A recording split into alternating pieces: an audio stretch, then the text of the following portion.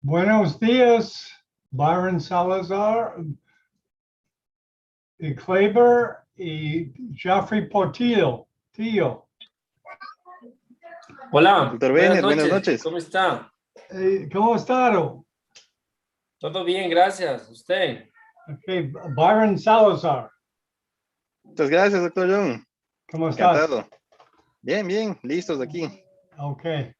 Sí, no he oído nada de ti. Yo no sé si tú olvidas.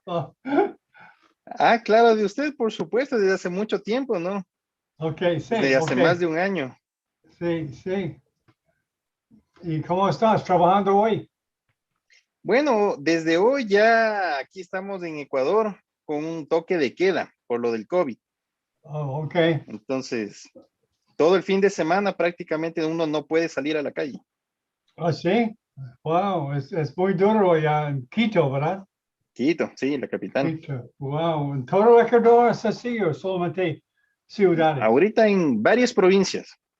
por una gran Sí. cantidad de casos. Oh, ok. Porque yo hablo del todo el mundo y es diferente. Los lugares mal, México, México, India es horrible. No sé, Ecuador es tan mal. Probablemente India es peor, yo creo. Sí, claro, por el número de personas, ¿no? Ecuador tendrá pocos millones de personas, no pasará de 16, pero todas las terapias intensivas, todos los hospitales están llenos. ¿Lleno en Ecuador, Quito? Sí, sí, sí. No hay camas de terapia intensiva. Wow, yo no sé esto. Sí. ¿Y cómo, usted dónde está, doctor John? Yo estoy en Miami. ¿Y En cómo está la Miami, situación en Miami? Miami es bien, muchas personas han recibido vacuna. Vacuna es disponible en todas partes, todos los tiendas es disponible. Entonces está bajando, pero ya está restricciones Mm, con máscara, pero bajando, pero sí hay, no es sí, terminado, no es terminado. So, claro. bienvenido, Dr. Salazar. Salazar, yo he visto varias personas que no he visto en mucho tiempo. Joffrey Portillo, ¿está allá? Joffrey. Hola, Dr. Salazar. ¿Aló? Hola, ¿cómo estamos? ¿Cómo estás? Muy bien, doctor Benes. Joffrey, Un gusto Joffrey. saludar. Jorge, Saludos a todos. Gracias, gracias por venir. Y Dr. Portillo, ¿tú conoces a Dr. Portillo, Byron? Bueno, personalmente no nos hemos visto, pero sí hemos podido hablar por WhatsApp y conectarnos un poco, ¿no? Pero con Sí. estas restricciones no se ha podido conocer a mucha gente. imposible, sí, Sí, imposible. él hace mucho Zoom con nosotros, mucho Hangouts. Mm, bueno, Antes, sí, hace mucho tiempo. ah, Joffrey, tú empiezas hace 4 o 5 años, ¿verdad, Joffrey? 5 años. 5 En la años lucha. haciendo charlas. Entonces, estructura, tú vas a presentar PowerPoint, ¿verdad? Y vas a hacer preguntas después con un moderador. ¿Qué vas a hacer? sí, ahí el doctor Salazar puede ser el moderador, ¿no? Y hacemos pues preguntas a los panelistas. Y quedaron en venir el doctor Campero, el doctor Juan Luis Gómez, doctor Borba, doctor Guinto. Bueno, esperemos, ¿no? Poco a poco, esperemos que se puedan conectar. ¿Tiene un moderador? ¿Tienes alguien o Sí, sí, especializada? sí, sí, el ¿O doctor Salazar, Jorge Salazar, que sea moderador. quién? Sí, Jorge Salazar. yo, yo Oh, voy a estar Jorge. como, sí, Oh, ok, ¿qué voy a Jorge. hacer? Ok, entonces, Jorge, yo voy a introducir a ti y tú haces cualquier quieras, ¿ok? Gracias, John, muy amable, Sí, con mucho gusto. sí, después tú obviamente moderar preguntas y cualquier paso, ¿ok? Perfecto, muy bien, muchas Ok, gracias. ok. En pocos minutos, tenemos 5 minutos.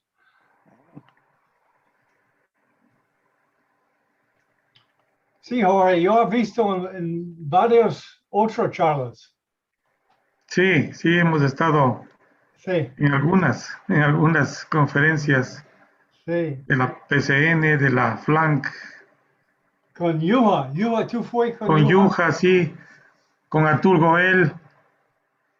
Sí, lo tuvo Goel, todo, hace muchos, todos los días. Bienvenido, doctor Campero, buenas noches. Hola, buenas noches, ¿cómo están? ¿Todo bien? Álvaro, Ah, ¿cómo has pasado? Un Qué gusto gusto, tenerte por bienvenido. acá. Hola, Byron, querido, ¿cómo está? Hola, Jorge, John, Hola. etcétera. Qué bueno. Buenas noches. Álvaro, no he visto mucho tiempo. Sí, ¿cómo va? Bien, bien. Yo voy a verte más y más y más. Sí, sí, lo Sí. veo, lo sé. Bienvenido. Gracias. ¿Qué estabas operando, Álvaro? Una columna, nada interesante. No, no, todo es bonito y tiene su encanto. Sí. ¿Cómo está ya la situación en Argentina? ¿Cómo están con esto del COVID? Y está complicado porque estamos ya llegando al pico, se podría decir, de la segunda ola y las camas ya en terapia ya está muy difícil operar, sobre todo en la parte pública. En la parte privada todavía seguimos trabajando normalmente, pero en la parte pública está bastante restringido por las camas en UCI, ¿no? Sí, sí, por acá estamos igual en varios hospitales, ya estamos prácticamente prohibidos de hacer cualquier tipo de cirugía electiva. Las camas de Sí. terapia no hay en ningún lado, ¿no? Sí, de Y a claro, ya poco, como estamos, el sí, sí, hospital de a poco se va convirtiendo en un hospital COVID, por más que no se quiera. ya. Y en esos casos, por ejemplo, en las cirugías transfenoidales que estabas haciendo, ¿cómo están haciendo? ¿Están haciendo con algún Nosotros, mira, protocolo? ¿La están suspendiendo?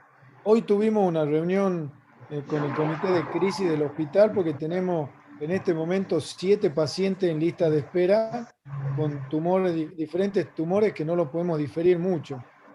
Y el problema es que de las 4 UCI del hospital, hay 2 que ya fueron destinadas a COVID. Entonces las otras 2 UCI tienen que encargarse de la cirugía programada, más los traumatismos, ACV, hemorragia subaracnoidea, bla, bla, bla, y no alcanza. Entonces el martes tuve que operé un aneurisma y quedó 24 horas en la guardia hasta que recién pudo subir a la UCI. Algo que no me pasó nunca en mi vida. Entonces realmente está muy difícil la situación. Ujú, qué pena, sí, sí. También esto creo que está a nivel mundial de esa manera, ¿no? Sí. Sí, el problema es que la vacunación está muy lento en Argentina. Si bien ya todo el personal de salud está prácticamente vacunado y eso es bueno porque no hay, en mi ciudad, en Tucumán, no hay ningún personal de salud internado, ni en terapia, ni tampoco en sala común, pero el resto de la población va muy lento todo. Y eso tiene sus consecuencias, ¿no? Y ustedes recibieron la Sputnik, creo, ¿no? Sí, sí, yo me vacuné con la Sputnik y la mayoría del personal de salud acá en Argentina y sobre todo en mi ciudad acá en Tucumán recibió la Sputnik. Ah, y no tuvieron reacciones adversas, ese tipo de cosas que están hablando ahora de la vacuna. Algunos tuvieron, qué sé yo, un poco de temperatura o dolor de cabeza, algunas cuestiones gastrointestinales. Yo la verdad que ni en la primera ni en la segunda dosis Nada. tuve absolutamente nada. Pero lo más importante, más allá de todo lo que se dice, es eso, uno lo ve en la clínica privada o en el hospital, no hay un médico, enfermero o lo que sea internado. O sea que es realmente efectiva, ¿no? Qué bueno. Acá la mayoría comenzaron con Pfizer, ¿no? En la mayoría Sí. de hospitales. Entonces ya recibimos las 2 dosis, ahora resulta que posiblemente nos van a, o vamos a necesitar una tercera dosis 9 meses después. Y claro, ya han Claro. comenzado a traer, claro, distintas, otro tipo de vacunas para alcanzar, ¿no? Aquí también es ¿Y la qué dificultad tipo, de la adquisición. qué porcentaje de la población está vacunado en Ecuador aproximadamente? Yo diría tal vez un 20-30%. O sea, siguen todavía con los personal de primera línea que todavía no se vacuna entero. Comenzaron ya Claro, médicos, y yo pensaría que médicos primera línea tal vez un 80-90%. Pero recién bien. están comenzando con odontólogos, personas mayores de 85, tal vez un 80%, y comienzan a bajar ahora a los de 65 para arriba. Sí, Entonces, no, está largo acá. En Argentina ahora está empezando con los de 60 a 64. 65 para arriba ya están vacunados prácticamente todos. Ok, con permiso, ok, vamos a empezar, Vamos. Byron. Byron, tú vas a hablar de ergonomía, ¿verdad? Ergonomía, ¿verdad? Ok. Sí, sí. Ok, 10, 9, 8, 6, 5, 6. Buenas noches, estoy Dr. John Bennett, televisando de Miami Beach, hogar de Neurosurgical TV. Tengo el placer de tener una charla con Byron Salazar de la Sociedad Ecuatoriana de Neurocirugía de Ecuador. Y él va a hablar de ergonomía y táctica quirúrgica en neurocirugía. Pero déjame introducir al moderador, Jorge Salazar. Buenas noches, Jorge. Buenas noches con todos. Un agradecimiento especial a todos los presentes de la Sociedad Ecuatoriana de Neurocirugía, miembros distinguidos de la FLANC. Bienvenido, doctor Juan Luis Gómez Amador, doctor Álvaro Campero, miembros de la Sociedad Ecuatoriana. Agradeciendo también a John por prestarnos su espacio. Y la Sociedad Ecuatoriana, a través de su presidente, el doctor Byron Salazar, va a presentar el primer programa de educación continua que se va a realizar aproximadamente cada 15 días. El doctor Byron Salazar es un neurocirujano graduado en el Brasil, es miembro de la Sociedad Neuroquirúrgica de Estados Unidos, miembro también del Congress of Neurological Surgeons, es fellow del Colegio Americano de Neurocirujanos, es presidente de la Sociedad Ecuatoriana de Neurocirugía, ha hecho un fellowship de base de cráneo en la Universidad de Cornell y es jefe de neurocirugía del Hospital Militar. Les dejo con ustedes entonces al doctor Byron Salazar para que comience su charla. Muchas gracias.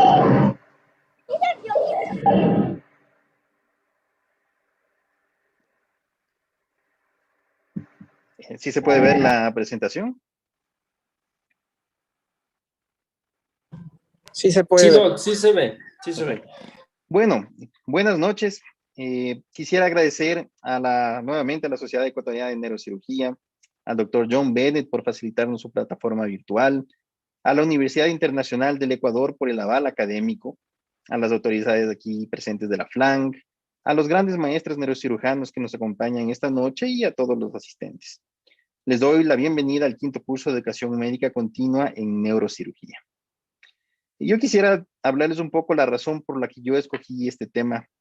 Realmente durante el último año nosotros hemos podido ver a los grandes maestros de la neurocirugía que nos han permitido ver mediante los medios virtuales cómo abordar patologías extremadamente quirúrgicas, extremadamente complejas, MAVIS, tumores de base de cráneo, y para llegar a ese nivel técnico tenemos que en principio conocer los pilares básicos de la neurocirugía, que son la anatomía, la ergonomía, y la ergonomía está íntimamente asociada a la técnica quirúrgica, razón por la cual esta charla está dirigida especialmente para los residentes de información.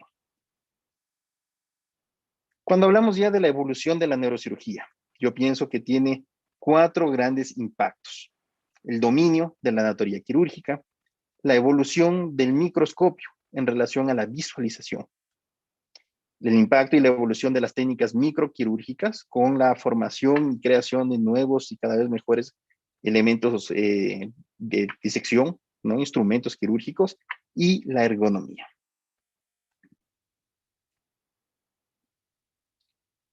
Neurocirugía es una especialidad diferente a muchas otras.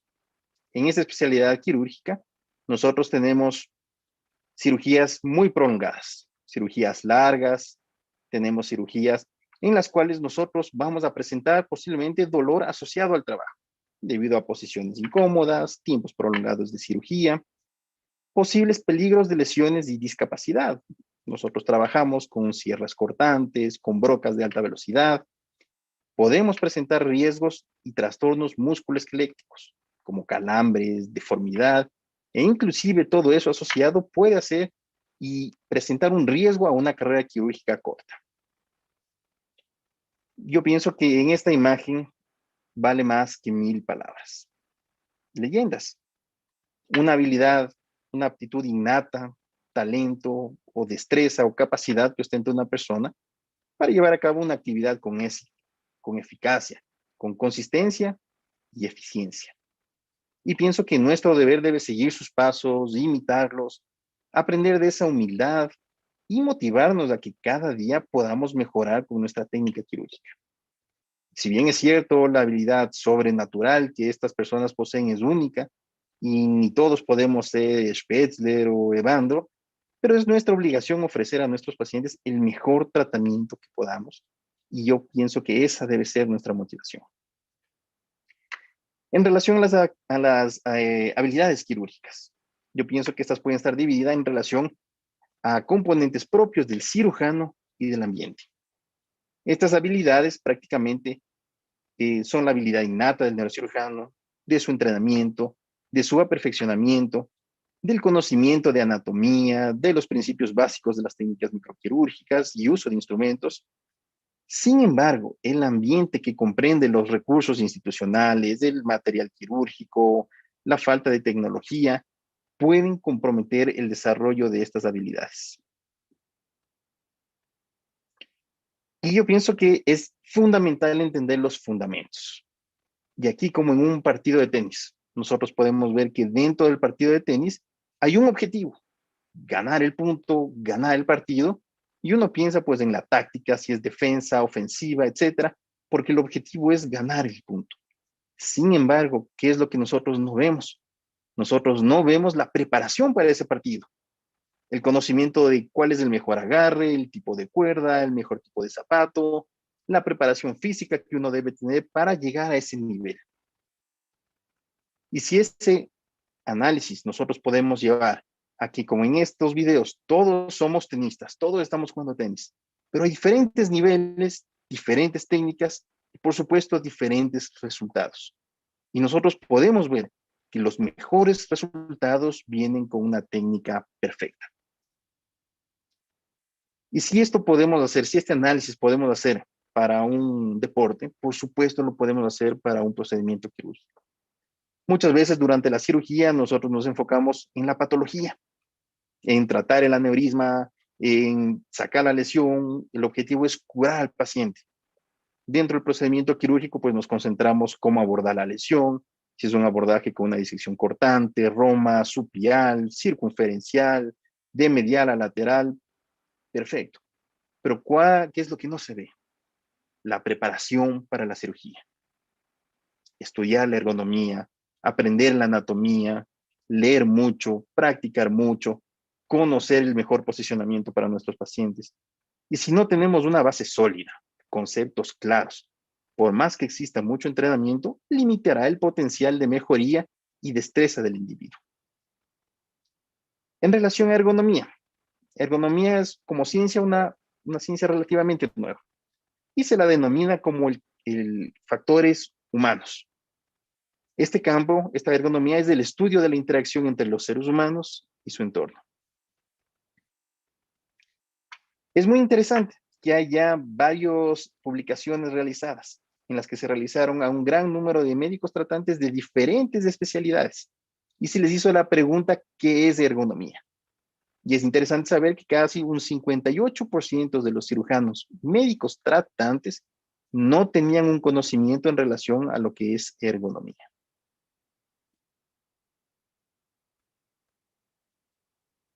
Varios maestros de la neurocirugía, como profesor Roton, profesor Almefti, el profesor Spettle, el profesor Yuja, en sus primeros capítulos de sus libros o revisiones, ya escriben sobre la ergonomía en neurocirugía, como un principio básico a ser adquirido antes de realizar una cirugía. Y estoy completamente seguro que muchos residentes habrán pasado por alto estos capítulos.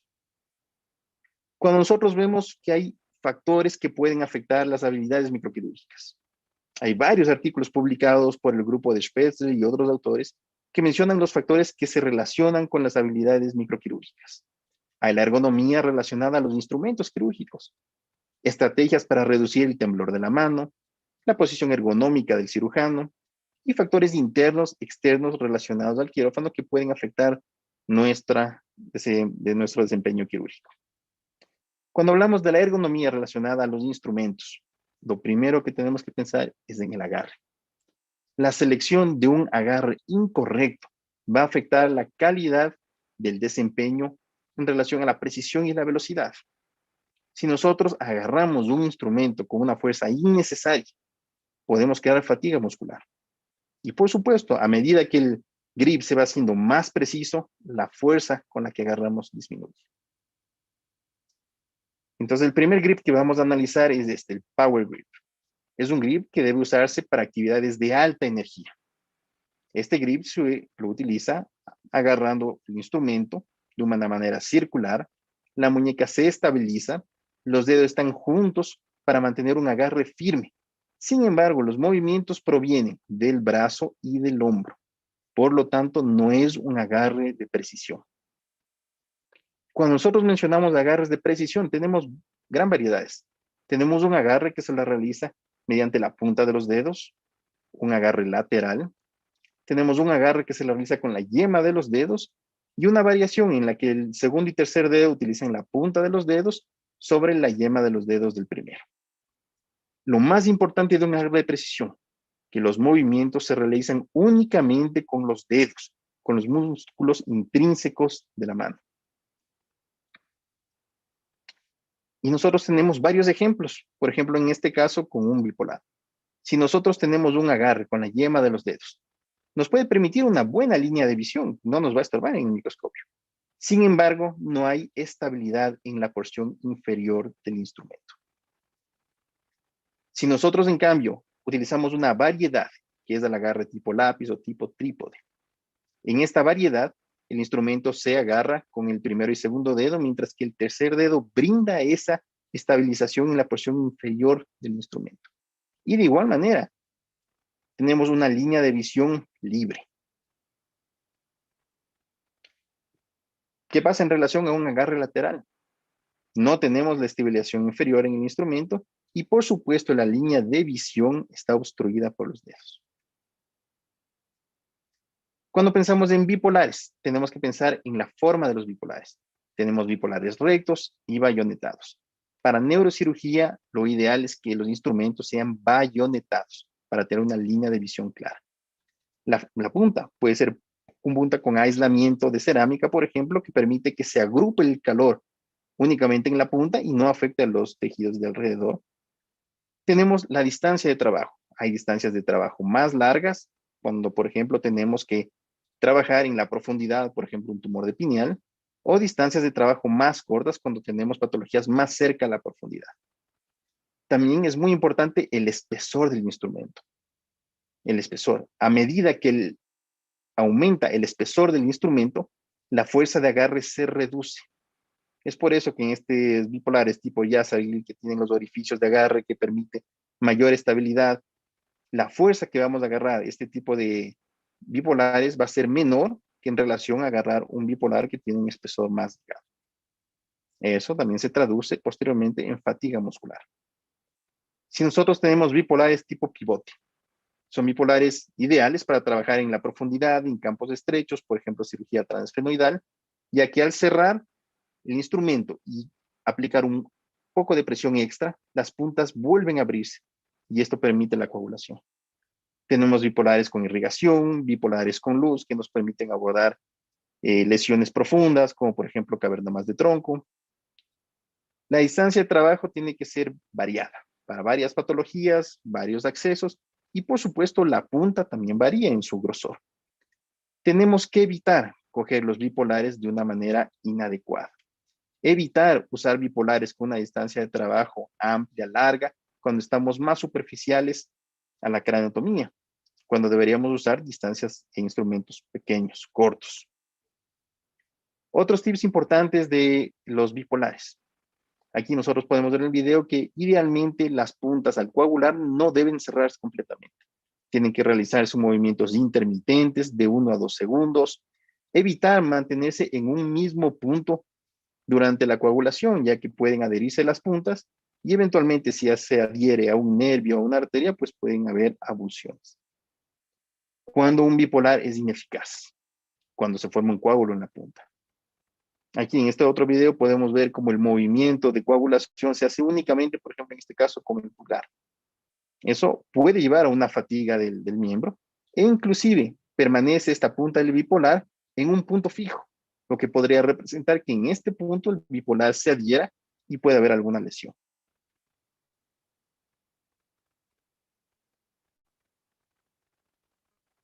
Otros tips.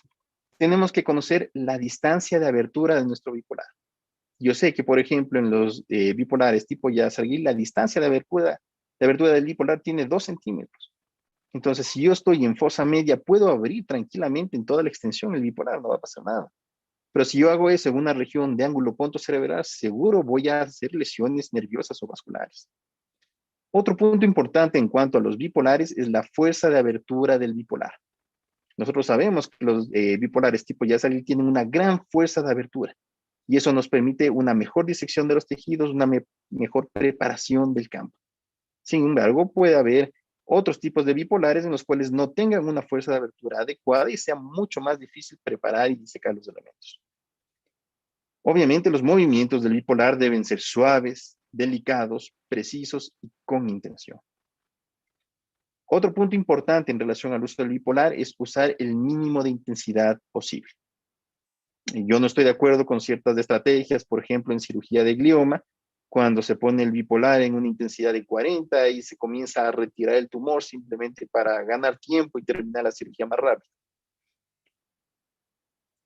En relación al peso de los instrumentos hay que valorar su peso, deben estar distribuidos adecuadamente, balanceados, debe evitar la fatiga del cirujano y por supuesto lesionar al cirujano, como aquí en este caso ampollas.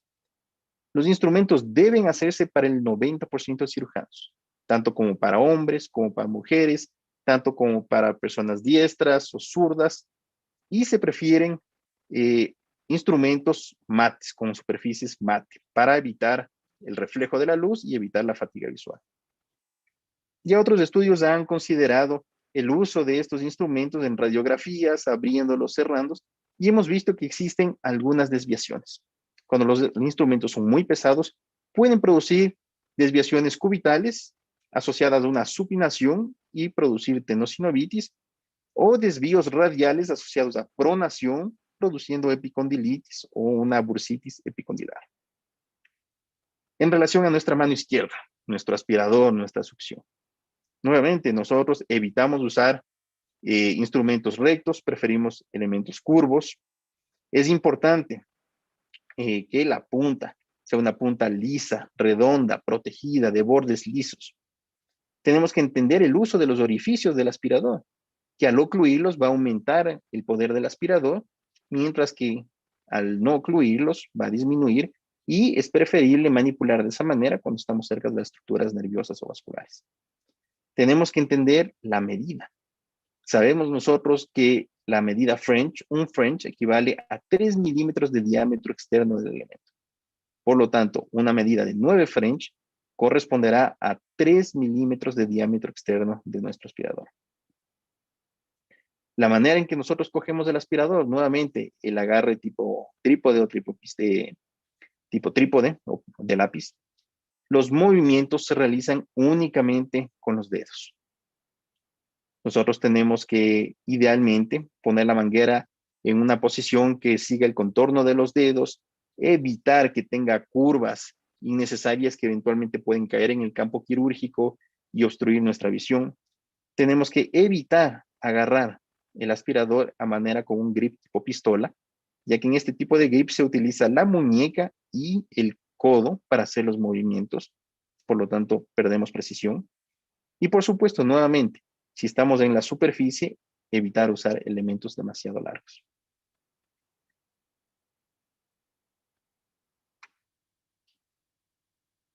En relación a los disectores, todo disector tiene una textura y esa textura evita que el instrumento se resbale. Tenemos que evitar colocar nuestra mano o agarrar el instrumento en la porción más distal, perdemos precisión. O viceversa, tenemos que evitar agarrar el disector muy proximal. En estos casos, nuestra misma mano ocluye la visión e inclusive perdemos la visualización de la punta del disector. Durante la disección roma, el lado convexo del disector se pone en contacto contra los nervios, las arterias o para disecar los aneurismas. Y nuevamente, los movimientos del instrumento se realizan con precisión, con cuidado. En relación a las microtijeras, de nuevo, instrumentos bayonetados, variantes en relación a la distancia de trabajo. Y siempre es importante ver la punta. Siempre tenemos que observar la punta. Este es el método preferido para disección, una disección cortante. Y en el caso de no ver a punta y hacer un corte, podemos nosotros tener complicaciones catastróficas. El agarre tipo trípode, tipo en lápiz. Y lo importante, cortar únicamente con la punta. Bueno, en este caso se realizó un abordaje pretemporal, intradural, transpsicomático para un tumor de base de cráneo, pero nosotros podemos ver cómo los movimientos del instrumento se realizan únicamente con los dedos. Los movimientos son suaves, delicados, precisos y con intención. Y podemos ver en estos casos cómo el aspirador tracciona mientras la punta de la tijera va cortando estos aracnoides, tanto para abrir un valle silviano como para abrir las cisternas basales en un tumor muy invasivo, nervio óptico, carótida y todo el tumor que involucraba. Y yo creo que lo principal en este tipo de disecciones es que no debe existir apuro. Un paciente puede perdonar 1 hora más de cirugía que una lesión iatrogénica, nerviosa o vascular. Y yo creo que no existe el criterio que un cirujano más veloz es un mejor cirujano. ¿Cuáles son las estrategias para reducir el temblor de la mano? El temblor de la mano tenemos un diagnóstico diferencial muy grande, temblores de reposos, de acción, posturales, parkinsonismo. Sin embargo, sabemos que el temblor fisiológico oscila entre los 8 a 12 Hz. Y este temblor se ha descrito como el enemigo de la microcirugía. ¿Cuáles han sido las técnicas para reducir el temblor? Tenemos esta técnica que es Finger Placing Technique, la técnica de colocación de los dedos. ¿Cómo funciona? Primeramente, la mano tiene que estar totalmente asentada al margen de la craneotomía. Los dedos apilados uno encima de otro. La mano descansa sobre la eminencia hipotenar y el brazo descansa sobre el lado cubital, asociado al uso de instrumentos cortos. Esto es lo ideal. Esto disminuye el temblor. Y lo que queremos evitar es justamente tener una mano levantada en el aire sin apoyo y con uso de instrumentos largos. ¿Qué otras técnicas se han publicado? Por ejemplo, esta Quiet Hand Technique. Es un movimiento que se utiliza los dedos, en los cuales forman una unidad, y el único dedo que trabaja es el primer dedo, el pulgar, con movimientos de flexión y extensión. Este tipo de técnicas se ha usado mucho, por ejemplo, cuando tenemos portaagujas circulares para técnicas de bypass cerebral. Otra técnica es la Robot Hand Technique, la técnica del robot. Esta es muy parecida a la técnica habitual, donde vemos nuevamente cómo la mano descansa en el borde de la craneotomía, la eminencia hipotenar totalmente asentada y descansa la mano sobre la eminencia, y el brazo descansa sobre el lado cubital. Sin embargo, en esta técnica tenemos un dispositivo extra que es el puente de Belén. Entonces, este puente lo que sirve o lo que permite es, se lo coloca en los extremos de la craneotomía. Y este puente permite que se puedan asentar tanto el primero como el segundo dedo más proximal al sitio donde nosotros vamos a trabajar. Y esta técnica ha permitido que se reduzca hasta en 1/3 los movimientos del temblor, principalmente en los movimientos verticales. Sin embargo, a mi manera de ver, esta técnica tiene varias limitaciones. Primero, este dispositivo tiene que ser lo largo suficiente para estar en los bordes de la craneotomía. Entonces, si hacemos una craneotomía más grande o más pequeña, puede ser que este dispositivo caiga directamente sobre el parénquima cerebral, produzca lesiones, hemorragias. ¿Qué pasa si el parénquima cerebral está edematizado, está hinchado? Este mismo dispositivo va a hacer un efecto de masa sobre ese parénquima cerebral. Como este dispositivo se coloca más cerca del sitio de trabajo, va a estar en medio de la craneotomía, lo que significa que va a estorbar a la visión del microscopio. Por lo tanto, es una técnica que yo realmente no recomendaría. Otra técnica para reducir el temblor ha sido el uso de apoyabrazos.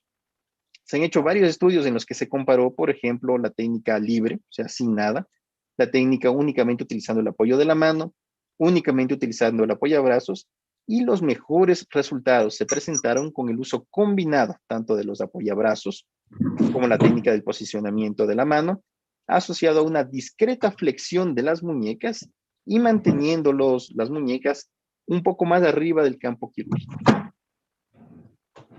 En relación al apoyabrazos, pues por supuesto tenemos varias variedades y lo ideal fuera que estos se acoplen a la medida que nosotros vamos realizando nuestros procedimientos.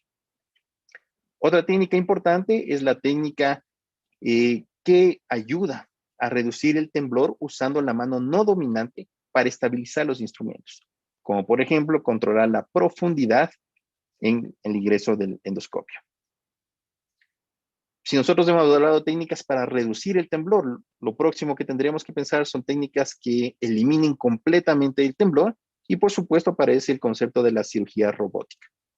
Sin embargo, la cirugía robótica como el Da Vinci o otros sistemas como el ROSA para colocación de tornillos transpediculares, falta algo muy importante, que es la retroalimentación áptica. Y esto está asociado a la simulación de la sensación del tacto activo 3D. Y esto es una nueva forma de comunicación entre las máquinas y los humanos que permite el reconocimiento de objetos. Y esta técnica o esta tecnología ya la hemos visto en consolas de juego, PlayStation, joysticks, etc. Sin embargo, tanto en el Da Vinci como en las otras procedimientos robóticos que hay para cirugía de columna, no hay todavía al momento una retroalimentación áptica. Y para nosotros cirujanos es importante tocar, sentir. Hay muchas veces dentro de una patología que nosotros no podemos discernir si esto es una arteria, es una vena. ¿Qué estrategia tenemos? Coger un instrumento, un bipolar, un disector y comenzar a aplastar delicadamente. Medir la resistencia a la compresión y la reexpansión de ese vaso. Posiblemente si hay mayor resistencia a la compresión, mayor expansión, posiblemente sea una arteria. Si se colapsa fácilmente, posiblemente sea una vena. Dentro de lo que es el uso de la craneotomía, nuevamente la mano de apoyo es muy útil para evitar que el craneótomo vaya directamente, perfore la tabla interna, externa, llegue a la dura y lesiones corticales.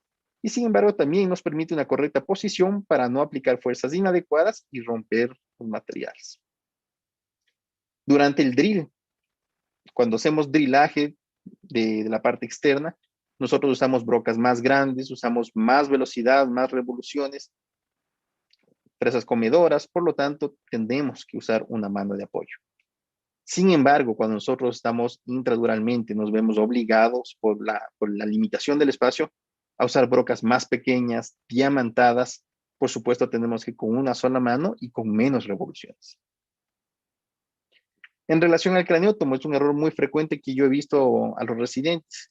Tiene que estar perpendicular a la tabla ósea.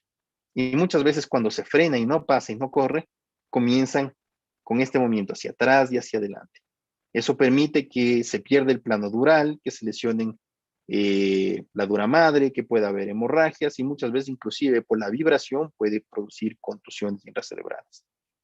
Y otro punto técnico importante es que muchas veces evitan usar toda la craneotomía para ampliarse, ¿no? Y pueden hacer craneotomías más pequeñas.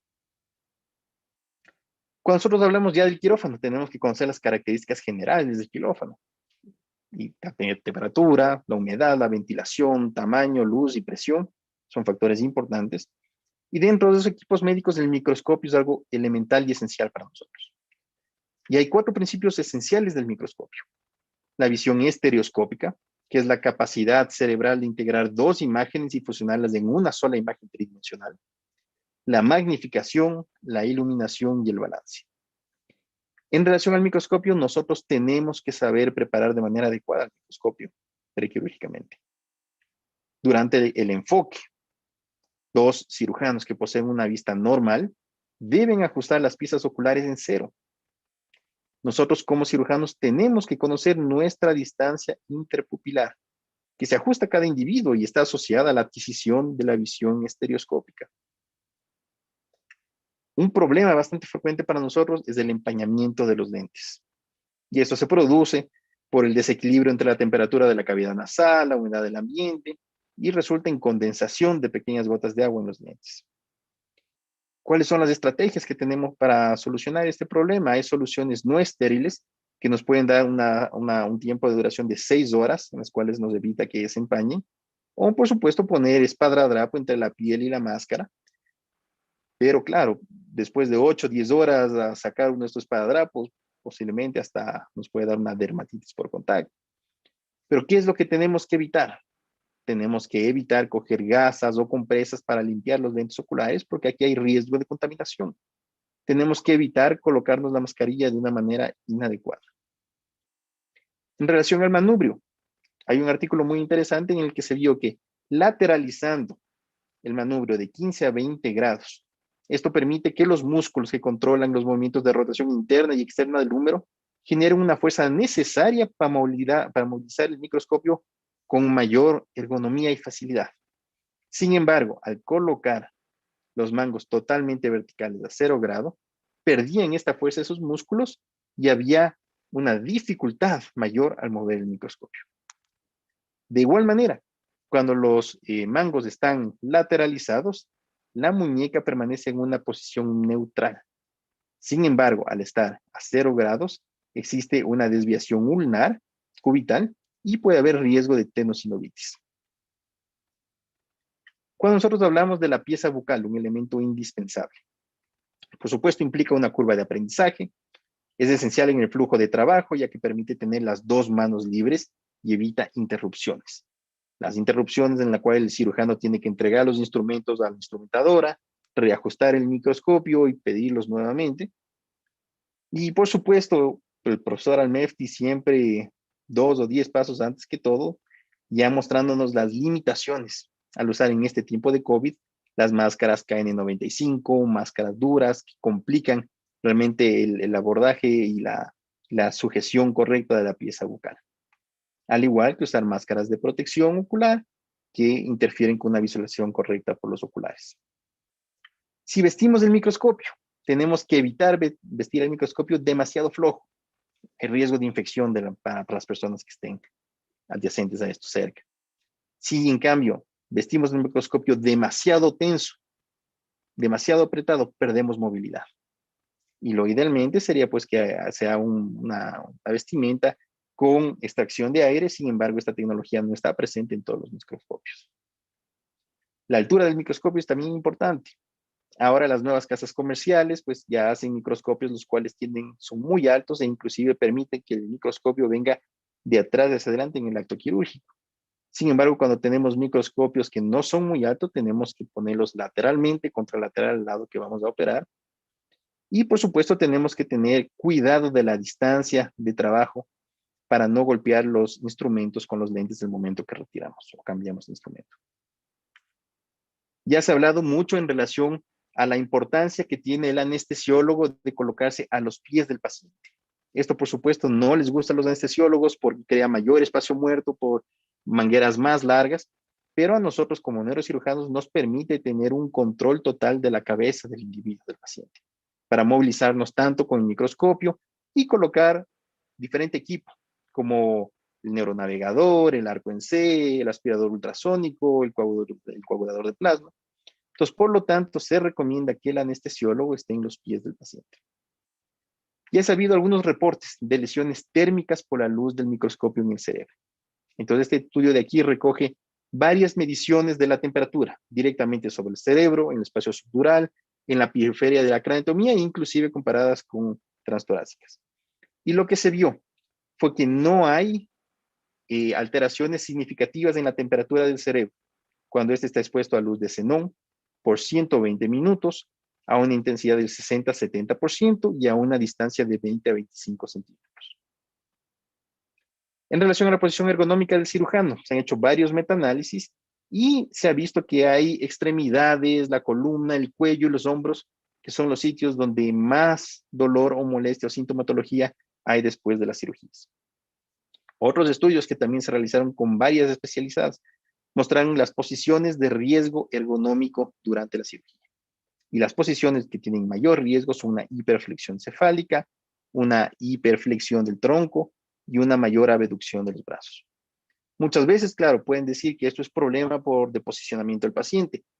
La cama del paciente estaba muy baja o las lupas, por ejemplo, pesan mucho, lo que hace que la persona haga una hiperflexión.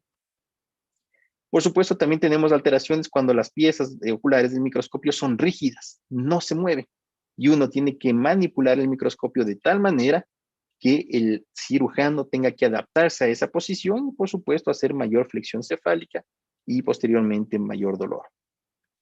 Otro tipo de situación ergonómica que tenemos que evitar es evitar la posición del soldador de botas, que puede producir una escoliosis funcional y se evidencia mucho cuando operamos parados. En relación a la posición de sentarse, la posición ideal es con las rodillas dobladas, los pies en el piso, que el asiento sea confortable, que tenga sus cushions, que sea colchonado, que sea movible, y en estos casos que el delantal quirúrgico que nos cubre sea lo suficientemente largo para evitar la contaminación. Y tenemos que evitar estas posiciones sifóticas o el levantamiento de los pies. Se ha hablado mucho de lo que es la posición sentada versus posición parada del cirujano. Sin embargo, la posición sentada permite unas manos más relajadas, más firmes. Y por lo tanto, con lo que hemos hablado, con las técnicas del apoyabrazos, de apoyar la mano, que hemos visto en varios colegas, podemos tener mejor resultado quirúrgico, podemos reducir el temblor significativamente. Por supuesto, habrá situaciones en las que nosotros tengamos que operar parados, por supuesto, pero sin embargo, al operar parados, las manos quedan en el aire, hay menor precisión. Y sin embargo, claro, dependerá de la patología. Aquí en la posición semisentada me permití tomar unas fotos de mi amigo Álvaro Campero, que hoy por hoy, junto con el doctor Landero, tendrán la mayor experiencia en operar pacientes en posición semisentada en América Latina, así como el profesor Tatajiva en Alemania, y principalmente porque él es uno de los pocos a los cuales la posición semisentada no le incomoda. La posición semisentada es muy incómoda para el cirujano y exhaustiva, ya que tenemos que operar con los brazos totalmente extendidos. Y por supuesto, esto da fatiga del hombro, de los brazos y de las manos, a pesar muchas veces de tener los apoyabrazos y distintos tipos de instrumentos o que podamos poner para evitar el cansancio. Sin embargo, se han hecho estudios en los que se compararon, por ejemplo, la distancia óculo-corpórea de varios microscopios. Entonces, en este estudio, por ejemplo, se compararon 6 tipos de microscopios y se midió la distancia óculo-corpórea, se midió la distancia de trabajo, y lo que se vio es que cuando existe una flexión del brazo, un apoyo de la mano y una distancia óculo-corpórea menor, la fatiga se reduce. Y en ese, el microscopio tipo Mitaka fue el ideal. Sin embargo, logísticamente nosotros vemos la dificultad de tener varios microscopios en una misma institución para distintos tipos de cirugía. Otro factor importante fue, por ejemplo, unas encuestas que se realizaron a médicos tratantes de varias especialidades. Y se les preguntó después de la cirugía si tenían sintomatología. El 80% demostró sintomatología. Dolor tanto en cuello, espalda, en la zona lumbar. Por lo tanto, el propósito de este estudio de aquí fue realizar, en base a las respuestas que dieron los cirujanos acá, de cambios de posición o de tomar pausas, idear un estudio en el cual se realizaron pausas transoperatorias, pero con estiramiento. Y se vio que el 57% de los cirujanos tratantes que realizaron esto disminuyeron su sintomatología postoperatoria, tanto en el cuello, muñecas y hombros. ¿Cómo se hizo esto? Estas pausas se realizaron por 2 minutos durante 20 o 40 minutos y se hicieron ejercicios sin contaminarse que favorecían el cuello con la flexión y extensión y lateralización, los hombros, estiramiento de las manos y estiramiento de flexo-extensión en la región lumbar. Por supuesto, en nuestra especialidad, parar por 20, 40 minutos con un paciente grave, delicado, no va a ser posible, por supuesto. Pero nosotros tenemos tiempos quirúrgicos. Acaban de hacer la craneotomía, nosotros podemos darnos una pausa. Durante el procedimiento quirúrgico principal, si vemos que está un paciente estable, no estamos todavía con una situación muy delicada, pues podríamos darnos una pequeña pausa. Pero sin embargo, esto se ha visto que disminuye la sintomatología de las operaciones y principalmente en las nuestras, que son cirugías largas, pues sería conveniente. En relación ya a factores internos que pueden estar relacionados al desempeño quirúrgico, tenemos, por ejemplo, el tipo de guantes. Sabemos que hay 3 tipos de guantes: de látex, nitrilo y de vinil, siendo que los guantes de látex son los más confortables, más flexibles y nos dan mayor sensibilidad. Pueden o no pueden tener talco, pero sin embargo la FDA ya prohibió el uso de guantes con talco desde el 2017. Una variedad de los guantes de látex son la variedad biogel, que contienen una capa interna que evita la dermatitis por contacto a los usuarios. Sin embargo, al ser de látex, tenemos las alergias relacionadas. Si hay alergias al látex, una opción viable es usar guantes de nitrilo. Son más fuertes, disminuye un poco la sensibilidad, sin embargo, puede ser una buena alternativa. Y sin embargo, los guantes de vinil sabemos que son los menos durables, los que tienen poca resistencia y únicamente deberían ser utilizados para el examen físico. Al hacer estudios comparando los guantes de látex convencionales con el biogel, no hay diferencias estadísticamente significativas en relación a la sensibilidad. Lo único que evita, por supuesto, que el neurocirujano tenga dermatitis de contacto. Y se vio que el riesgo de la microperforación, en otro estudio, ocurre a partir de los 90 minutos de la cirugía. Por lo tanto, la recomendación de este paper es cada 90 minutos deberíamos cambiarnos los guantes quirúrgicos. Y los riesgos de microperforaciones ocurrieron en la mano no dominante, generalmente en la mano izquierda, y al momento de cargar el portaagujas.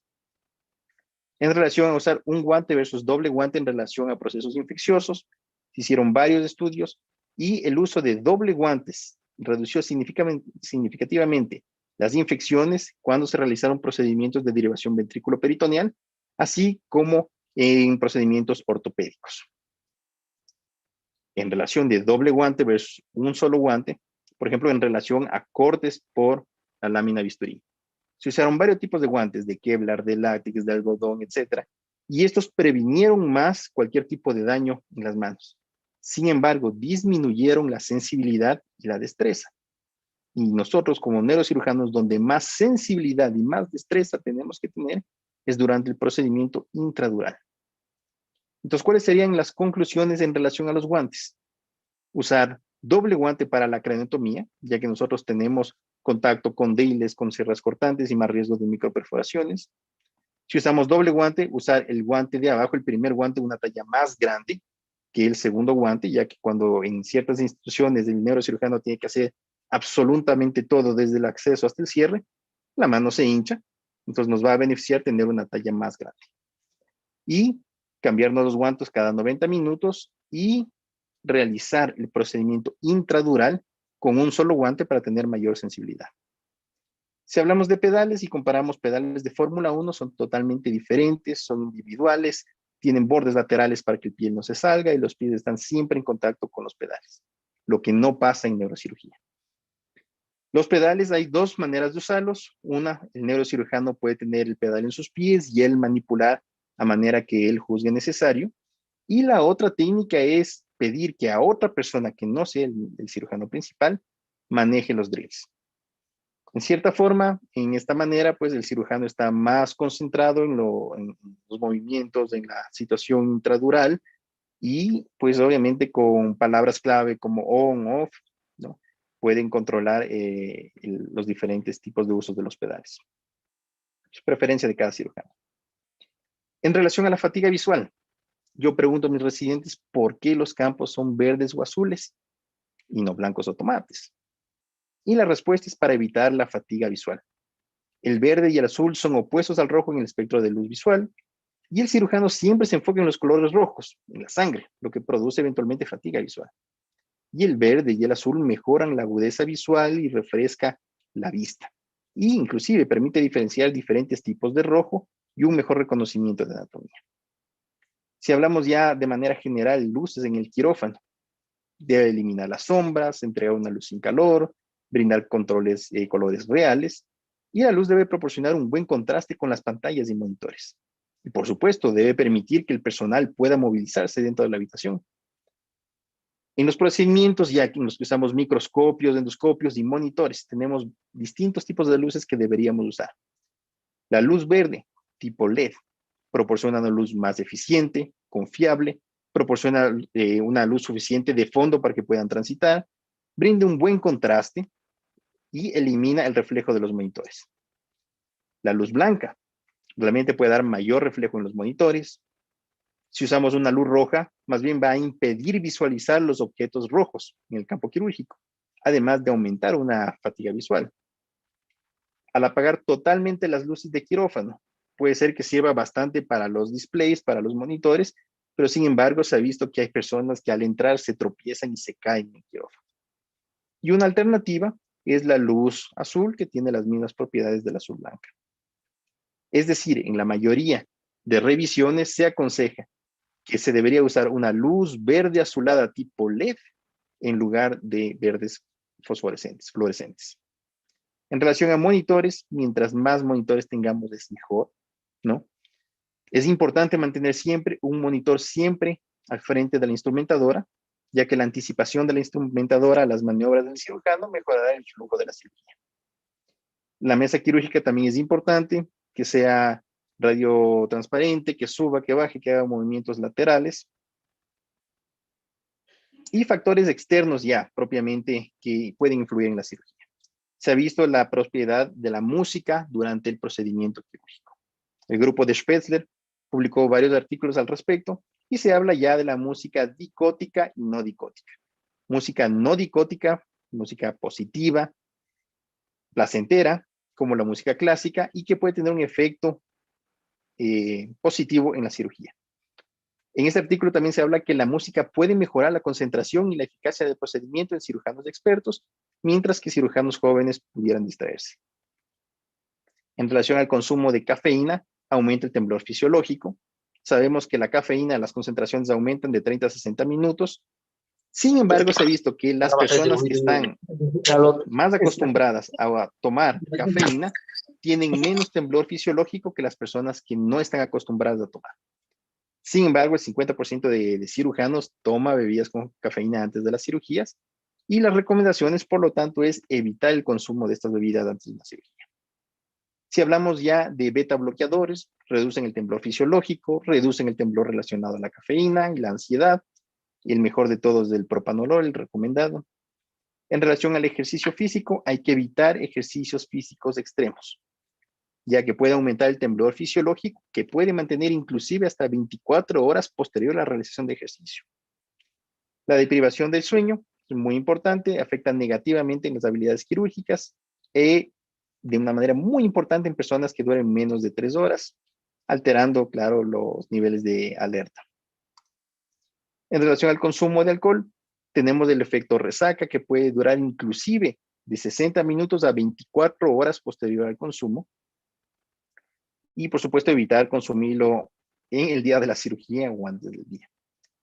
En relación a la duración del procedimiento, nosotros sabemos que a mayor duración de procedimiento, más va a aumentar el temblor fisiológico. Casi un 25% puede aumentar aproximadamente a las 3 horas y el 50% de aumento del temblor fisiológico puede producirse dentro de las 6 horas. Y el ayuno puede aumentar el temblor fisiológico. Tanto los efectos de la taurina o el modafinilo, todavía no hay evidencia significativa clase 1A que nos pueda decir si beneficia o no beneficia. Para acabar, es importante el entrenamiento. El entrenamiento es fundamental. Si bien es cierto, un gran volumen de casos nos brinda mucha experiencia quirúrgica, tenemos que acudir al laboratorio, estudiar anatomía, entrenar en módulos de simulación virtual o tecnológicos o cursos de hands-on. Es importante la participación presencial en congresos y cursos de actualización y poder escuchar a los más expertos en sus áreas. Mis conclusiones finales de este tema: los agarres de precisión con muñeca flexionada, con uso de apoyabrazos, apoyo de mano, disminuyen el temblor y aumentan la precisión quirúrgica. Deberíamos poder usar 2 guantes para la craniotomía, un guante para los procedimientos intradurales y cambiarse cada 90 minutos. Sentarse durante el procedimiento intradural, mantener los pies en el suelo con luces LED azul verdoso. Y, por supuesto, evitar todos los factores que nosotros conocemos que nos pueden afectar nuestra destreza quirúrgica. Yo les agradezco mucho por su atención. Dejo aquí unas hermosas fotos de Quito y del Hospital Metropolitano para que nos vengan a ver, así como les hago la invitación para acompañarnos en el plan de Guayaquil que se va a realizar del 20 al 25 de noviembre de este año. Muchas gracias.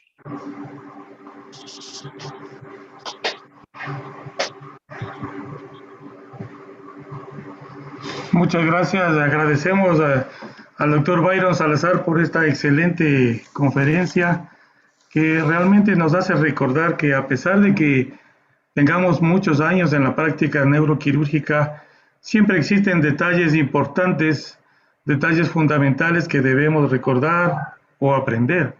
Siempre en todas las etapas de la vida de la formación neuroquirúrgica se debe aprender, pero sobre todo ahora que estamos en este curso de formación continuada, con una dedicación especial para los médicos residentes, es importante que se ponga detalles a estos temas tan precisos.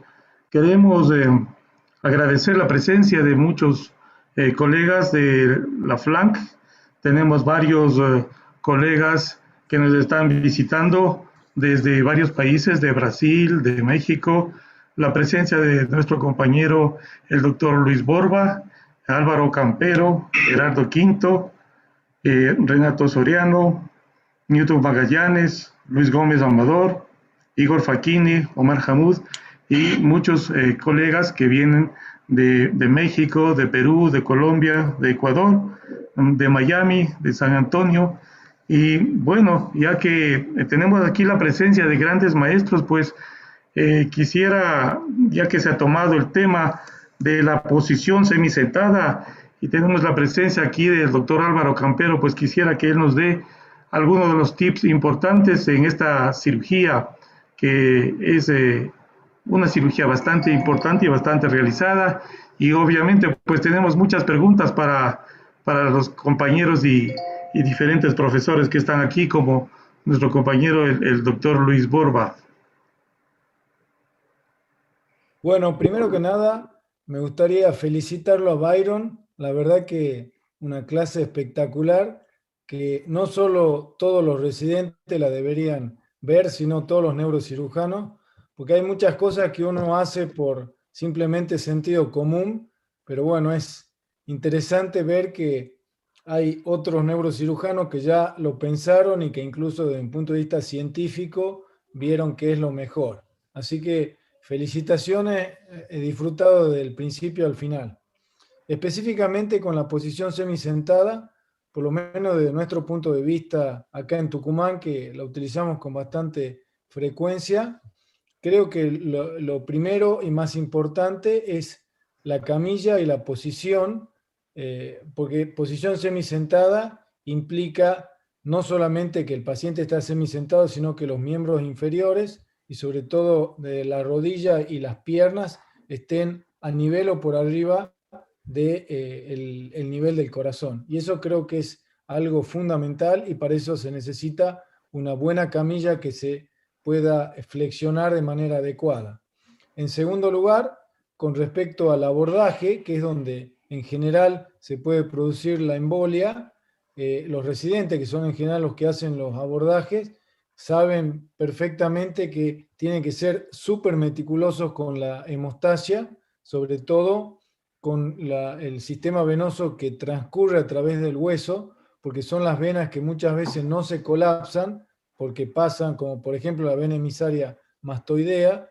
Entonces rápidamente el ayudante que no está haciendo el abordaje va tirando suero, arrojando suero, y en cuanto hay un pequeñito sangrado, cera para hueso o coagulación si es en partes blandas.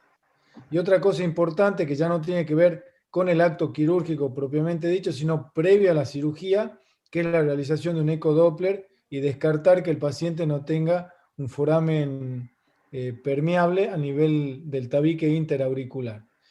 Lo que sí nosotros hemos visto y lo tenemos muy en cuenta, más allá de la embolia aérea, que no hemos tenido, gracias a Dios, ninguna situación en relación con eso, y hacemos por lo menos 2 veces a la semana utilizamos la posición semisentada. Lo que sí los pacientes presentan es un neumoencéfalo y alguna vez importante.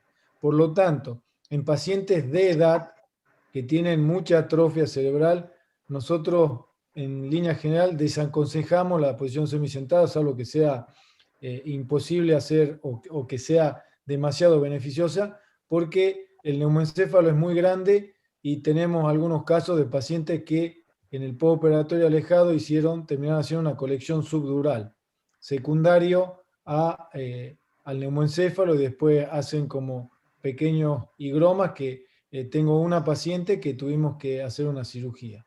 Eso sería un poco el comentario en relación a nuestra experiencia con la posición semisentada. Muchas gracias, Álvaro. Agradecemos mucho esos comentarios y esos tips importantísimos. Ahora quisiera darle la palabra al doctor Luis Borba, que nos tiene acostumbrados a esas cirugías maravillosas que hacen en la base de cráneo, en la fosa yugular, en el seno cavernoso, cirugías que son a veces muy largas, que se hacen en 2 tiempos, y quisiéramos conocer su apreciación sobre estos temas. Bueno, primeramente me gustaría saludar a todos los amigos ecuatorianos. Ahora en Brasil son las 11 de la noche. El viernes yo estoy en mi casa en la playa. En la playa acá. Yo tengo una casita acá pequeña que vino acá. Yo quiero confesar una cosa. Yo pensé, quería solamente ligar el Zoom, dejar la charla y volver en el final. Lo que se pasó con la charla de hoy fue realmente impresionante. Yo nunca vi en toda mi vida una charla sobre instrumentación, ergonometría como esta acá. El doctor Almesti tiene una charla que es un poquito similar, pero no se compara con la calidad de esa presentación de Byron. Quería saludar muy a él. Bueno, cuando se habla de instrumentación, ergonometría, se tiene que pensar una cosa. Todo esto que nosotros estamos pensando, el profesor Yasser Gil pensó 30 años atrás. Y nosotros aún estamos haciendo las cosas erradas en todo el mundo. Una cosa muy, muy simple. Yo preguntaba para ustedes acá, ¿cuántos bipolares usted utiliza en la cirugía? La gran mayoría de las veces utiliza 1, 2, máximo 3. ¿Cuántas veces usted cambió el tamaño del bipolar con la progresión de la cirugía? Para abrir la fisura sinoviana 1, una siltera carotidia otro, con más en la base otro. Y esto el profesor Yasser Gil en los 70, en los años 70, en los años 80 ya pensaba en esto. Por eso tiene 30 y pico bipolares de varios tamaños. Y yo tengo toda la serie de bipolares de Yasser Gil, y eso hace una estabilidad muy, muy grande de la mano. El mismo acontece con la tijera, acontece con los aspiradores, acontece con todas las... Entonces, todas estas instrumentos, o equipos, ¿cómo se dice? Instrumentales, todos los instrumentales y todos los equipos son extremadamente importantes. Últimamente tuvo un cambio en un aparato que se llama aspirador ultrasónico. Nosotros empezamos a utilizar el aspirador ultrasónico, pero ¿cómo se llama la caneta? ¿Cómo se llama la handpiece? ¿Sí? Fue hecha para cirugía del hígado y pasaron a utilizar en la cabeza. ¿Sí? Pero ahora está cambiando también en la parte ergonómica también está siendo llevada en consideración. Desde que el doctor Spetzel dibujó en la nueva handpiece de una compañía que está ahora. ¿Sí? Entonces, eso es muy, muy importante. En cirugía de base de cráneo, que muchas veces nos quedamos 10, 12 horas. Llevamos 2, 3 horas para hacer el abordaje. Es importante que sea confortable. Pero usted tiene que sentir confortable. Cuando va a hacer la craniotomía, cuando va a hacer la parte de la microcirugía, toda esa parte tiene que ser muy, muy, muy bien elaborada. Yo creo que esta charla, Juan Luis está acá, Juan Luis Gómez Amador, que el coordinador del comité de docencia de la FLANC. Juan Luis, creo que esta charla tiene que ser divulgada, no solamente para la sociedad ecuatoriana, pero también incluir en la Universidad FLANC Álvaro, el secretario, el hombre que tiene el poder después del presidente. Creo que esa charla tiene que ser divulgada. Es muy, muy, muy importante, no solamente para los residentes, también para todos los neurocirujanos. Muchísimas gracias por la oportunidad. Viernes 11 de la noche. Mi mujer está un poquito enojada, pero yo estoy muy contento por poder asistir a esa charla. Muchas gracias a todos. Muchas gracias, profesor. Muchas gracias, Luis. Agradecemos mucho esos comentarios y Gracias. la presencia. Quisiera aprovechar la presencia del doctor Juan Luis Gómez Amador, que realmente es un experto en la parte de endoscopía, abordajes mínimos y sobre todo en la cirugía de la zona celar, los abordajes endoscópicos. Tenemos algunas preguntas que siempre nos hacen los residentes. ¿Cómo hago el abordaje? ¿Es por la una narina, por las dos? ¿Qué tips tenemos, por ejemplo, para que no se nos empañe el endoscopio? Porque siempre encontramos que uno de los principales problemas es que el endoscopio se nos empaña con sangre o con ese vapor, y queremos saber cuáles son los tips importantes que nos podría aportar en este tema. Adelante, Juan Luis. Sí, buenas noches. Es un gusto saludarlos, caras conocidas, amigos que han estado con nosotros aquí en México, Julio, Sebastián, Juan Carlos. Un saludo para todos ustedes y para todos los amigos. Realmente, durante esta pandemia hemos visto muchas pláticas en webinar, todos hablan de técnica, todos hablan de resultados, etcétera, y hoy realmente estamos viendo una plática con mucho sentido común. Una de las cosas, ya lo comentó el profesor Luis Borba, Yashar Gil enseñó todo un set de instrumentos, los abrazos, un banco neumático, para precisamente hacer ergonómico el procedimiento quirúrgico. Y el tema que toca hoy el doctor Byron realmente es de suma importancia, porque muchas de las veces vemos que el cirujano llega, trabaja con las manos en el aire, con un solo aspirador, un solo bipolar, el microscopio no se mueve del campo operatorio. Entonces, todas esas cosas básicas, pues realmente son la clave del éxito. Yo realmente estoy muy contento con la plática, coincido con el doctor Luis Borba, que debe ser una plática que tenga que ser difundida para que se tome como una parte fundamental del procedimiento quirúrgico. Ahora, concerniente a los procedimientos endonasales endoscópicos, precisamente hablando de ergonomía, uno de los grandes avances es precisamente el trabajo a través de las dos fosas nasales. Cuando hacemos la remoción del septum posterior, nosotros comunicamos las dos fosas nasales y el manejo se hace muy ergonómico. Podemos trabajar con las dos manos, podemos abarcar todo el campo quirúrgico, incluso en las extensiones en el plano coronal, y obviamente las manos se descansan mucho mejor. Tips para ergonomía en cirugía endonasal endoscópica. El cirujano que nos auxilia con la cámara del endoscopio tiene que recargar su mano en la fosa nasal. Entonces hay alguna maniobra que podemos emplear en la cual se recarga el pulgar en la nariz y se retrae el endoscopio. Y de esta forma la persona que está utilizando la cámara se encuentra muy descansada. La otra cosa muy importante es contar con dos monitores por lo menos, porque uno de los monitores va directamente en el eje de visión del cirujano y el ayudante o el otro cirujano que está habitualmente del lado derecho de nosotros, del lado izquierdo, perdón, de nosotros, no puede estar viendo el mismo monitor porque estaría con la cabeza doblada todo el tiempo.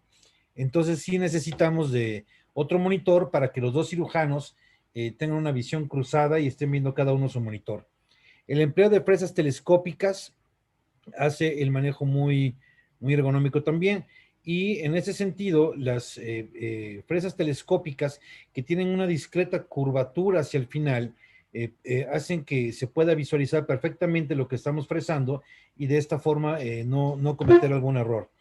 Los equipos de coagulación bipolar sí cambian en cirugía endonasal endoscópica y empleamos aquellos de preferencia que son de pistola, especiales para endoscopía, y son también muy cómodos de manejar. La profundidad del campo quirúrgico en cirugía endonasal endoscópica es un problema, sobre todo en los inicios de la curva de aprendizaje. Y entonces el manejo de sistemas tridimensionales y mantener dos instrumentos dentro del campo quirúrgico en todo momento auxilian a que a través de la propiocepción podamos tener una sensación de profundidad que nos va a auxiliar en estos casos. En cuanto al resto de la charla, creo que se ha analizado muy puntualmente y específicamente cada una de las características que se requieren para hacer un procedimiento cómodo. Si el procedimiento va a ser largo por la naturaleza de la lesión, si trabajamos cómodos, obviamente va a ser mucho más exitoso que si lo hacemos en forma incómoda, ¿no? Realmente yo felicito al doctor Byron Salazar. Creo que esta iniciativa de estas sesiones es excelente y pues también le hago un llamado al doctor Campero para incluir ese tema en el programa de la Universidad Planck. Muchas gracias. Gracias, profesor. Muchas gracias, doctor Luis Gómez Amador.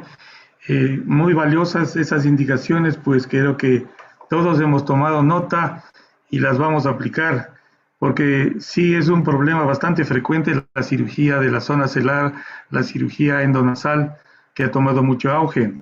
Tenemos la suerte también de contar esta noche con la presencia de nuestro distinguido profesor Gerardo Guinto, y quisiera pues que él nos participe mucho acerca de esas cirugías tan importantes que las hace para el tratamiento de los craniofaringiomas. Tenemos esa craniotomía clásica laterional que él la utiliza maravillosamente y sus variantes, y sobre todo queremos que nos diga, digamos, cuáles son los detalles más importantes ergonómicos y especialmente al tener que lidiar con esas estructuras neurovasculares alrededor de la zona celar. Bienvenido, Gerardo, buenas noches. Muchas gracias, buenas noches.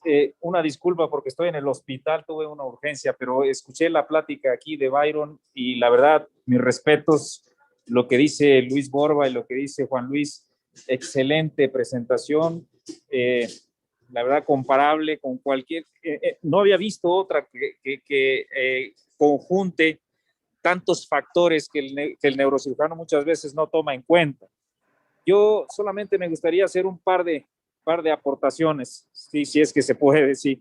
Primero, en el sentido de que muchas veces no tomamos el tiempo suficiente para arreglar todos los instrumentos y todo el instrumental desde el inicio, desde que estamos colocando el separador cerebral, estamos colocando los instrumentos adecuados antes de entrar a exponer el tumor. Creo que ese paso, esos minutos que tarda uno en exponer, en preparar bien el campo quirúrgico, son muy valiosos. Y en realidad yo siempre les digo a mis residentes, no es pérdida de tiempo. Colocar el aspirador de tal forma que entre de manera natural, el colocar ciertas... sobre todo las espátulas a veces estorban cuando uno mueve las manos y hay que estar muy conscientes de ello. Y finalmente, quizá nada más un punto muy, muy simple. En el caso no solo de los craniofaringiomas, sino en el caso de cualquier tumor cerebral complejo, hay un dicho, pues, o una afirmación que siempre comento también en mi equipo quirúrgico. Y es que cuando uno trata de dejar tumor residual, hay que pensar que siempre queda más tumor que el que uno cree. Es muy fácil darse cuenta en el estudio de resonancia de que uno dejó más tumor del que uno estaba pensando que dejaba al final de la cirugía. Siempre al final de la cirugía hay cierto optimismo natural por la hora, por el cansancio, que uno trata de pensar de que en realidad ya resolvió el problema cuando no es así. Siempre la mejor manera, en mi opinión, para poder hacer una resección parcial es encontrar las estructuras anatómicas circundantes a ese tumor residual para poder tener una evaluación más objetiva. No basta con calcular el volumen sin ver las estructuras neurovasculares vecinas y con eso hacer un cálculo mayor del tumor residual que estamos dejando. Uno de los principales errores del cirujano base cráneo es ese, precisamente el dejar más tumor del que uno piensa al final de la cirugía. Solamente agradecerles su invitación y nuevamente mis felicitaciones tanto por la coordinación del webinar como por la presentación. Muchas gracias. Gracias, profesor. Muchas gracias, Gerardo. Agradecemos mucho esos comentarios muy importantes. Y ahora quisiéramos aprovechar también la presencia de nuestro colega Igor Facchini, quien es presidente de la Sociedad Nordestina de Neurocirugía, que tiene mucha experiencia, sobre todo en neurocirugía en niños.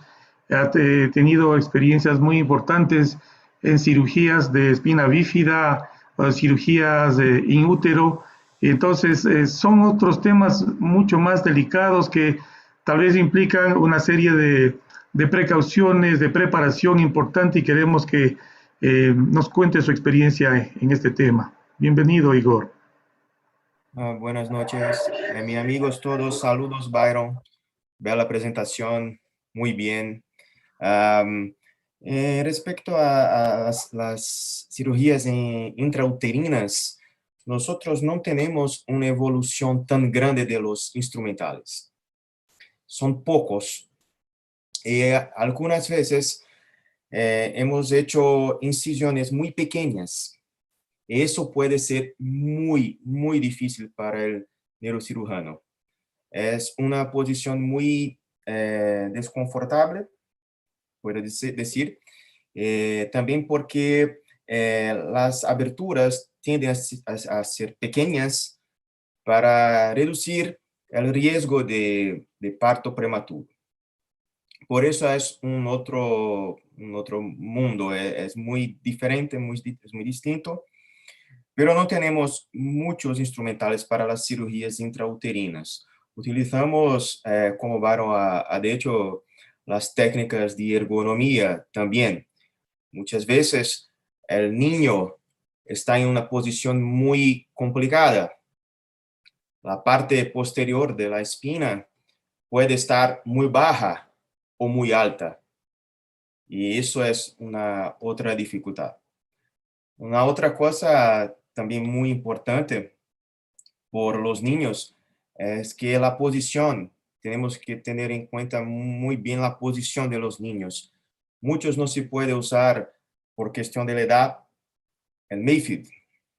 Y eso es una otra dificultad. Abajo de 4 años, por ejemplo, no se puede usar Mayfield. Muchas veces tenemos que hacer adaptaciones para llegar en el campo cirúrgico. Eso es muy importante también. Yo tengo una pregunta para todos a respecto de ultrasónico, del aspirador ultrasónico. Es muy importante el setup del aspirador ultrasónico, porque si estamos trabajando en una estructura, en un glioma, por ejemplo, el setup tiene que ser muy preciso. Muy preciso. Y como de hecho no tenemos una precisión con las canetas de ultrasonido. Profesor Borba ha dicho, no tenemos. La vibración muchas veces en tumores de ínsula, por ejemplo, en tumores profundos en niños también. Entonces es muy importante hacer el setup. Por ejemplo, ¿cómo decir en español? El ultrasónico debe ser muy alto, ¿sí? En las regiones no muy profundas. Tiene que quebrar el tumor y no aspirarlo. La aspiración debe ser mínima y la ultrasonido máxima en las regiones más delicadas. También una cosa muy importante en endoscopía intraventricular. La fadiga. Si tienen mucha experiencia con el armrest para endoscopía, no utilizamos acá, pero me gustaría saber de sus experiencias con armrest para endoscopía.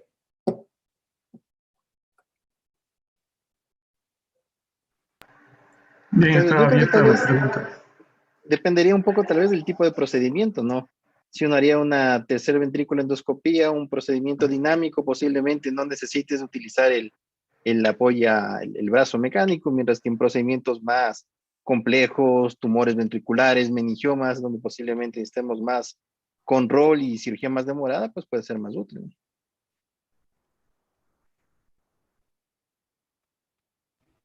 Si me permiten. Yo sé que el sujetador del endoscopio se considera básico en muchos procedimientos. Y cuando trabajamos con la técnica de endoport, preferimos estacionar el endoport, pero manejar libremente el endoscopio para que pueda ser acompañando a las maniobras que hace el cirujano. En cirugía endonasal endoscópica, la Escuela de Viena ocupa el holder del endoscopio para trabajar en forma estática.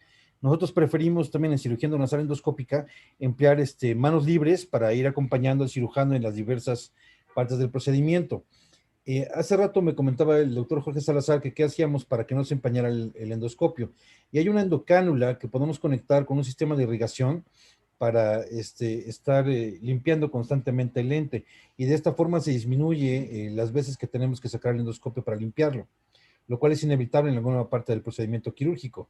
Hay un sistema automático del doctor Betag, en el cual a través de un botón en una pistola que se conecta al endoscopio, en forma automática nos va irrigando la lente del endoscopio. Pero preferimos tenerlo mejor en manos libres nosotros.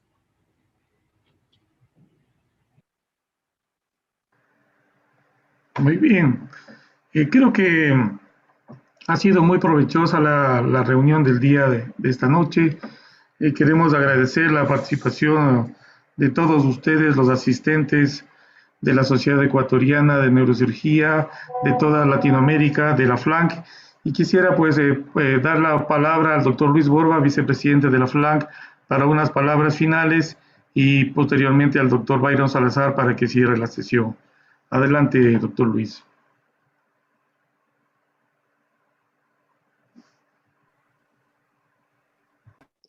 Hola. Bueno, una vez más, solamente felicitar la Sociedad Ecuatoriana de Neurocirugía. Quería felicitar al doctor Byron Salazar por la charla fantástica.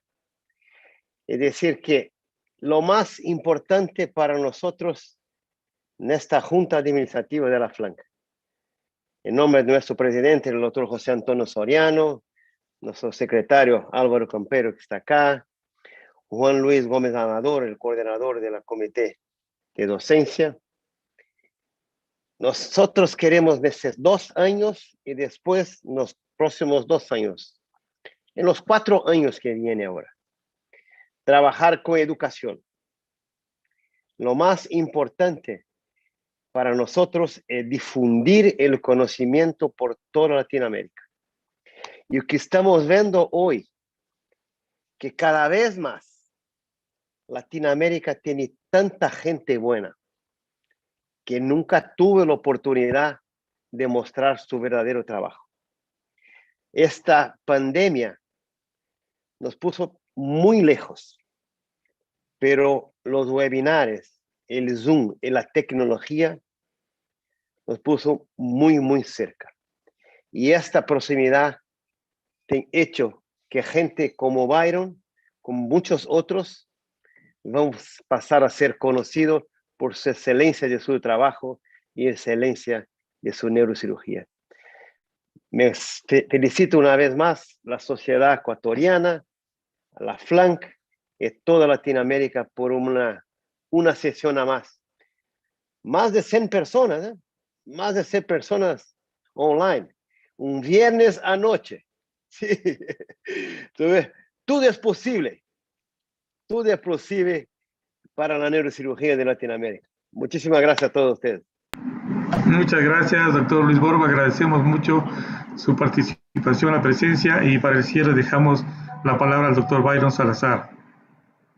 Bueno, primero quiero agradecer a todos los directivos de la FLANC, agradecer a la directiva de la Sociedad Ecuatoriana de Neurocirugía, que como ustedes saben, comenzamos un nuevo periodo y justamente uno de nuestros propósitos ha sido vincularnos en la educación médica continua. Y para mí y para nuestra directiva, pues ha sido un honor estar aquí con los mejores neurocirujanos a nivel mundial. Su experiencia es invaluable. Y quiero agradecer a todos su presencia, a todos los asistentes, a todos los amigos que pudieron asistir en un viernes a las 8 de la noche. en sus diferentes lugares. Quisimos planificar estas actividades justamente para que no se ponga en contacto con las actividades de la FLANC o de la SBN y podamos compartir todos. Yo les invito para las próximas charlas que tenemos a continuación. Son charlas que van a estar intercambiadas, médicos nacionales con médicos extranjeros invitados, y pues obviamente les hago la invitación para siempre contar con su apoyo y obviamente pues también con sus presentaciones y su experiencia en los vividos temas que iremos dando a conocer. Les agradezco más una vez por habernos acompañado a todos ustedes. Doctor John Bennett, muchas gracias por prestarnos su plataforma y por hacer este seminario muy asequible a nivel mundial, y nos veremos en 2 semanas. Nos vemos en 2 Buenas semanas. noches, ¿no? Gracias. Buenas Buenas noches. Chao, buenas noches. Buenas Saludos noches a todos. buenas noches. Que pasen bien. Cuídense. Gusto. Aida, Hasta luego. mucho Ok, gusto. no está grabando ahora. Tú puedes quedar.